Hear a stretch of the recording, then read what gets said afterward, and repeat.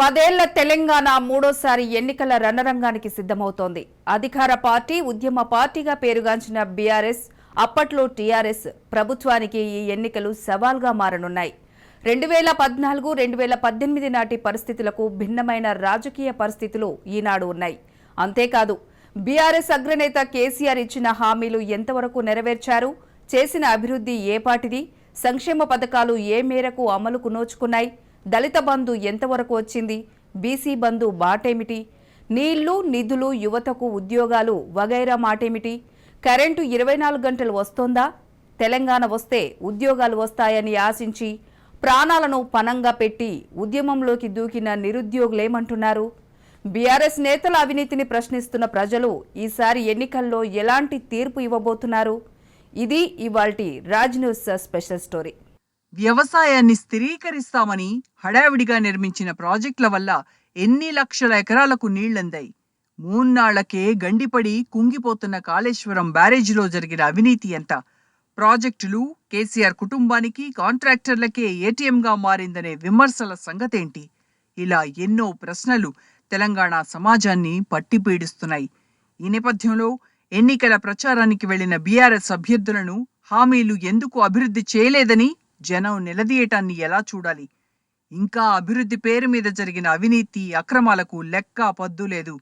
అధికార మదంతో ఆ పార్టీ ఎమ్మెల్యేలు 100 ఎకరాలు కబ్జా పెట్టేశారు. కేసీఆర్ కుటుంబం 10,000 ఎకరాలు కబ్జా పెడితే ఎమ్మెల్యేలు దొరికిన కాడికి దోచేసుకుంటున్నారు. భూములు, అక్రమ సంపాదనకు అడ్డు అదుపు లేకుండా పోయిందనే విమర్శలు వెల్లువెత్తుతున్నాయి. అయితేనేమి, ఎన్నికల ముందు డబ్బులు కుమ్మరించడం, తెలంగాణ కోసం బీఆర్ఎస్, దాని అధినేత తానొక్కడే చావంచుల వరకు వెళ్ళొచ్చి తెలంగాణ సాధించానని కేసీఆర్ పదే పదే చెప్పుకుంటూ తెలంగాణ సమాజం సెంటిమెంట్ను, ఆత్మగౌరవ నినాదాలను తన ఎన్నికల రణనాదంగా మార్చుకుంటూ ఓట్లు సొమ్ము చేసుకుంటున్నారు. అధికార పీఠాన్ని అలా రెండోసారి కూడా దక్కించుకున్నారు. 10 ఏళ్లుగా తెలంగాణ సమాజాన్ని కేసీఆర్ తన మాటల గారడీతో కట్టిపడేస్తూ రాజ్యాధికారాన్ని అనుభవిస్తున్నారు. తెలంగాణ రాకముందు, వచ్చిన తర్వాత కూడా ఎన్నికల్లో ధనబలమే రాజ్యమేలుతోంది. తెలంగాణ వస్తే దళితుని ముఖ్యమంత్రిని చేస్తానని దళితుల మధ్య కయ్యం పెట్టి తానే ముఖ్యమంత్రి పీఠాన్ని దక్కించుకున్నారు కేసీఆర్. అలా ఇచ్చిన హామీలను వదిలేయాలనేటువంటి మోసపుటెత్తులు కేసీఆర్కు వెన్నతో పెట్టిన విద్య అనేది రాజకీయ విశ్లేషకుల అభిప్రాయం. తెలంగాణ ఉద్యమ కాలంలోనూ తనతో కలిసొచ్చిన ఉద్యమకారులను ఎలా చావుదెబ్బ తీశారనేది తెలంగాణ సమాజానికి తెలియంది కాదు. కేసీఆర్ ప్రజలకిచ్చిన హామీలను ఎలా విస్మరించారో అందరికీ తెలిసిన విషయమే. ఈ శక్తులన్నీ తమ యుక్తులను కూడా తీసుకుని కేసీఆర్, బీఆర్ఎస్ కు గుణపాఠం చెప్పేందుకు ఈ ఎన్నికల్లో రంగం సిద్ధం చేసుకుంటున్నారు. సంక్షేమ పథకాల సొమ్మంతా అధికారులు, అధికార పార్టీ నేతలు మింగేస్తున్నారు. సంక్షేమ పథకాల పేరుతో అందిన కాడికి దండుకుంటున్నారు. ప్రచారానికి తప్ప ప్రజలకు ఉపయోగపడటం లేదనే ఆరోపణలు ఉన్నాయి. సంక్షేమం అనేది ప్రభుత్వం బాధ్యత కానీ ఎన్నికల నినాదంగా మారిపోయింది. దళిత బంధు, బీసీ బంధు, గిరిజన బంధు, ఇలా కులానికో పథకాన్ని ప్రవేశపెడుతూ లబ్ధి పొందేందుకు కేసీఆర్ చేయని ప్రయత్నమూ లేదు. ఆయా పథకాలు సక్రమంగా లబ్ధిదారులకు అందుతున్నాయా అంటే అదీ లేదు. ముఖ్యంగా దళిత బంధు ఎన్నికల బంధుగా మారిపోయింది. ఎమ్మెల్యే అవినీతి అక్రమాలకు దళిత బంధు తెరలేపింది. ఈ పథకం 10 లక్షల రూపాయలను ప్రతి పేద దళిత కుటుంబానికి అందించాల్సింది. కానీ అవి సక్రమంగా అందటం లేదని ఎమ్మెల్యేలు, బీఆర్ఎస్ నాయకులు అవినీతికి పాల్పడుతున్నారని రోడ్లెక్కిన ఘటనలు ఉన్నాయి. హుజూరాబాద్, తుంగతుర్తి, నకిరేకల్ ఇలా పలు నియోజకవర్గాల్లో దళిత బంధు ఇప్పుడు అధికార పార్టీ నాయకులకు గుదిమండగా మారింది. ఎవరు చెప్పకుండా ఏం చేయకుండా వాళ్ళ పార్టీ పరంగా వాళ్ళకే, మున్సిపాలిటీ జాబ్లు వాళ్ళకే, దళిత బంధు వాళ్ళకి ఏమి లేదు. మీరు పేదవాళ్ళం సారు, కష్టం చేసుకుంటే 10 రూపాయలు తప్ప రూపాయి పని లేదు. దేశాలు పట్టుకొని పోయేటోళ్ళం. వీళ్ళందరిని వదిలిపెట్టి భూమి ఉండోళ్ళకి 5 ఎకరాలు 6 ఎకరాలు భూమి ఉండోళ్ళకే దళిత బంధు రాశారు సార్. అందరికి ఇవ్వాలి. లేని వాళ్ళం, మాకు ఏమి లేదు, 10 గుంటల పొలం లేదు, ఇల్లు లేదు, వాకి లేదు సార్.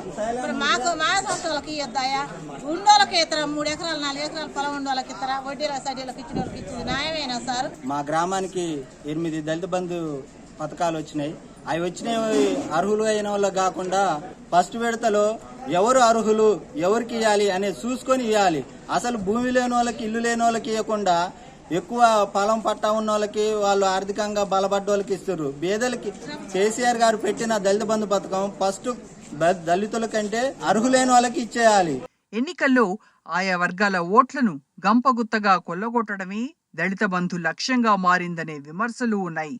అసలు దళిత బంధు బీఆర్ఎస్ నాయకుల అనుచరులకు మాత్రమే ఇచ్చారని పలు గ్రామాల్లో ప్రజలు ఆగ్రహం వ్యక్తం చేస్తున్నారు. టీఆర్ఎస్ పార్టీ వాళ్ళకి, శ్రేణులకి, అర్హులైన వాళ్ళకి దళిత బంధు ఇవ్వకుండా వాళ్ళ అనుచరులకు ఇస్తే రేపు పొద్దుగాల బీద వాళ్ళు మీకు ఓటేసిన వాళ్ళు ఏం కావాలి? పేదవాళ్ళకి ఇవ్వకుండా ఉన్న వాళ్ళకి ఇవ్వడం ఏంది దళిత బంధు? బీసీ బంధు, గిరిజన బంధులు కూడా ఈ కోవలో చేరేవనే ప్రచారమూ లేకపోలేదు. సంక్షేమ పథకాలు అర్హులకు అందటం లేదని, కొందరికి అది అధికార పార్టీ నాయకులు సూచించిన వాళ్లకే ఇస్తున్నారని ఆయా వర్గాల ప్రజలు తీవ్ర ఆగ్రహంతో ఉన్నారు. సంక్షేమ పథకాలు అంటే ఎవరో తమ ఇంట్లో నుంచి ఇచ్చేవి కాదు. ప్రభుత్వ ఖజానా అంటే ప్రజల సొమ్ము అన్న విషయం తెలిసిన విషయమే. ఈ ప్రజల సొమ్మును కొల్లగొట్టగా మిగిలింది మాత్రమే, అంటే కొసరేసినంత మాత్రమే ప్రజలకు అందుతోంది. మిగతా సొమ్మంతా పథకాల పేరుతో విడుదల చేసిన అధికారులు, అధికార పార్టీ నాయకులు అందిన కాడికి దండుకుంటున్నారనే విమర్శలను కాదనలేం. ఇది అధికారంలో ఉండే ఏ పార్టీ అయినా ఆ పార్టీ ఈ పార్టీ అనే తేడా లేదు. ఇందుకు బీఆర్ఎస్, కేసీఆర్ అతీతులేమీ కాదు. సంక్షేమ పథకాలన్నీ తమ కష్టార్జితమో, తమ ఇంట్లో నుంచి తెచ్చిస్తున్నట్టు అధికార పార్టీ నేతలు ప్రచారం చేసుకోవడం రివాజుగా మారింది. సంక్షేమం అనేది ప్రభుత్వం బాధ్యత, కానీ ఎన్నికల నినాదంగా మారిపోయింది. తమ కష్టార్జితాన్ని పేదలకు పంపిణీ చేస్తున్నట్లు ప్రచారం చేసుకుంటున్నారు. కానీ ఈ సంక్షేమ ఫలాలు ఎంతమందికి అందుతున్నాయనేది ప్రశ్నార్థకంగా మారింది. తెలంగాణ ఏర్పాటు తర్వాత తెచ్చిన సంక్షేమ పథకాలన్నీ అధికార పార్టీకి ఓట్లు కుమ్మరిస్తాయా? పథకాల్లో అక్రమాల మాటేంటి? అందిన కాడికి దండుకున్న నాయకులు అధికార పార్టీ ఎమ్మెల్యేలను నిలదీస్తున్న సంగతేంటి? సంక్షేమం సంక్షేమమే, రాజకీయాలు రాజకీయాలే అన్నంత చైతన్యం తెలంగాణ సమాజంలో పుష్కలంగా ఉంది. నాయకుల జిమ్మిక్కులకు మోసపోతారేమో, కానీ ఇది ఎల్లకాలం సాగదు. సంక్షేమాన్ని విస్మరించిన ప్రభుత్వాలను ఇంటికి పంపించిన చరిత్ర ప్రజలకుంది. వీళ్లంతా ఈసారి కేసీఆర్ కు మాత్రమే అండగా ఉంటారా? లేదా కేసీఆర్ ఎంతో చేశానని ప్రచారం చేస్తున్న సంక్షేమ పథకాలు ఆయన మెడకే చుట్టుకోనున్నాయా? 10 ఏళ్లు అధికారాన్ని అనుభవించిన కేసీఆర్ కు చర్మగీతం పాడుతారా? ప్రతిపక్షాలకు అవకాశమిస్తారా? అది ప్రజల హక్కు. నీళ్లు, నిధులు, నియామకాలు అనే నినాదం నేపథ్యంలో తెలంగాణ ఉద్యమం మొదలై సాధించుకోబడింది. తెలంగాణ ఉద్యమంలో విద్యార్థులు, నిరుద్యోగుల పాత్ర అనిర్వచనీయమైంది. మరిప్పుడు ఉద్యోగాలు లేక యువత ఆత్మహత్యలు చేసుకునే దుస్థితి తెలంగాణలో ఉంది. బీఆర్ఎస్ ప్రభుత్వం, దాని అధినేత సీఎం కేసీఆర్ 10 ఏళ్లలో ఎంతమందికి ప్రభుత్వ ఉద్యోగాలొచ్చాయి? టీఎస్పీఎస్సీ పరీక్షల నిర్వహణలో అక్రమాలకు తెరలేపింది. ఇందులో అధికార పార్టీ నేతల హస్తం ఉందనే ఆరోపణలు వెల్లువెత్తాయి. గ్రూప్ 1 నోటిఫికేషన్లు రద్దు, డిఎస్సి రద్దు, ఇలా అన్నీ రద్దయ్యాయి. తిరిగి నోటిఫికేషన్లొచ్చిన ఎన్నికల నియామావళితో అక్కడే ఆగిపోయాయి. ఎంతో కాలంగా ఎదురుచూసిన యువత, విద్యార్థుల ఆశలు అడియాసలయ్యాయి. నిరుద్యోగులు, యువత అధికార పార్టీకి ఇక అండగా ఉంటారా? ఎలాంటి తీర్పు ఇవ్వబోతున్నారనే ప్రశ్నకు రాబోయే ఎన్నికల్లో సమాధానం రాబోతోంది. బీఆర్ఎస్ ప్రభుత్వం ఆదరబాదరగా నిర్మించిన ప్రాజెక్టుల్లో డొల్లతనం బయటపడింది. ప్రభుత్వ అనాలోచిత నిర్ణయాలు, అధికారుల నిర్వాకం కలిసి వేల కోట్ల ప్రజాధనం వృధా అయిందే తప్ప ప్రజలకు జరిగిన మేలేమీ లేదని ఆరోపిస్తున్నారు. కాళేశ్వరం ప్రాజెక్టులో జరిగిన అక్రమాలపై విపక్షాలు దుమ్మెత్తిపోస్తున్నాయి. రాష్ట్ర ప్రభుత్వం ప్రతిష్టాత్మకంగా నిర్మించిన కాళేశ్వరం ప్రాజెక్టులో భాగంగా జయశంకర్ భూపాలపల్లి జిల్లా మహదేవ్పూర్ మండలంలో గోదావరి నదిపై 2019లో రాష్ట్ర ప్రభుత్వం మేడిగడ్డ వద్ద లక్ష్మీ బ్యారేజ్ను 2 ఏళ్లలో పూర్తి చేసింది. కానీ ఇప్పుడు మేడిగడ్డ లక్ష్మీ బ్యారేజ్ కుంగుపాటు రాజకీయ ప్రకంపనలు రేపుతోంది. ఎన్నికల సమయం కావటంతో విపక్షాలకు ఇది ప్రధాన ప్రచారాస్త్రంగా మారుతోంది. పార్టీ అగ్రనేతలు వరుసగా బ్యారేజ్ సందర్శనకు వస్తున్నారు. ఈ నెల 1న ఏఐసీసీ అగ్రనేత రాహుల్ గాంధీ బ్యారేజ్ను సందర్శించిన విషయం తెలిసిందే. బీజేపీ నేతలు మేడిగడ్డను పరిశీలించారు. 20వ పిల్లర్ వద్ద బ్యారేజ్ కుంగిన ప్రాంతాన్ని ప్రత్యక్షంగా పరిశీలిస్తున్నారు. బ్యారేజ్ పటిష్టత, భద్రత తదితర విషయాలను ప్రాజెక్టు అధికారులను అడిగి తెలుసుకుంటున్నారు. మరోపక్క మేడిగడ్డ బ్యారేజ్ పరిసరాల్లో 144 సెక్షన్ కొనసాగుతోంది. చంద్రశేఖరరావు గారు అధికారంలోకి వచ్చిన తర్వాత ఆలోచనలు మారినాయి, ఆశలు పెరిగినాయి. అవినీతికి పాల్పడాలన్న ఆలోచనతోటి అంటే గోదావరి నది మీద నీటి ప్రవాహాన్ని ప్రాజెక్టులు నిర్మించడం ద్వారా ఆయకట్టు కింద సాగునీరును తాగునీరును అందించడానికి ఇది ప్రణాళిక. తెలంగాణ రాష్ట్రంలో ప్రధానంగా కాళేశ్వరంలో నిర్మించిన మేడిగడ్డ గురించి ఇప్పుడు మనం ప్రధానంగా ప్రస్తావించుకుంటున్నాం. బ్యారేజ్లు అంటే వచ్చే నీళ్లను క్రమబద్ధీకరించి కిందికి వదలడమే. ఇవి డ్యామ్లు కావు. డ్యామ్ అంటేనేమో నీటి నిల్వలు చేసే వాటిని డ్యామ్ అంటాం. వచ్చే వరదను క్రమబద్ధీకరించి లిఫ్ట్ చేసుకోవడానికి అవసరమైన విధంగా చేసి గేట్లు పెట్టి కిందికి నీళ్లు వదులుకుంటూ పోయే వాటిని బ్యారేజ్ అంట. ఈరోజు మేడిగడ్డ బ్యారేజ్ కానీ, అన్నారం బ్యారేజ్ కానీ, సుందిల్ల బ్యారేజ్ కానీ వీటిని ప్లానింగ్ చేసిన విధానం కానీ, ప్లానింగ్, డిజైన్, క్వాలిటీ కంట్రోల్ మరియు ఆపరేషన్ అండ్ మెయింటెనెన్స్ 4 అంశాలకు సంబంధించి ఒక ప్రాజెక్టును నిర్మించుకున్నప్పుడు వినియోగించుకునే విధానంలో పాటించవలసిన ఆలోచన. వాస్తవంగా ఇప్పుడు మేడిగడ్డ గురించి మాట్లాడితే మేడిగడ్డలో నిర్మాణం కోసం చేసిన ప్లానింగ్ వేరు, ప్లానింగ్ ప్రకారము డిజైన్ చేయలేదు, డిజైన్ల ప్రకారం నిర్మాణం జరగలేదు, నిర్మాణం ప్రకారము నిర్వహణ జరగలేదు. ఇవన్నీ కలిసి మేడిగడ్డ బ్యారేజ్ మొత్తం కుంగిపోయింది.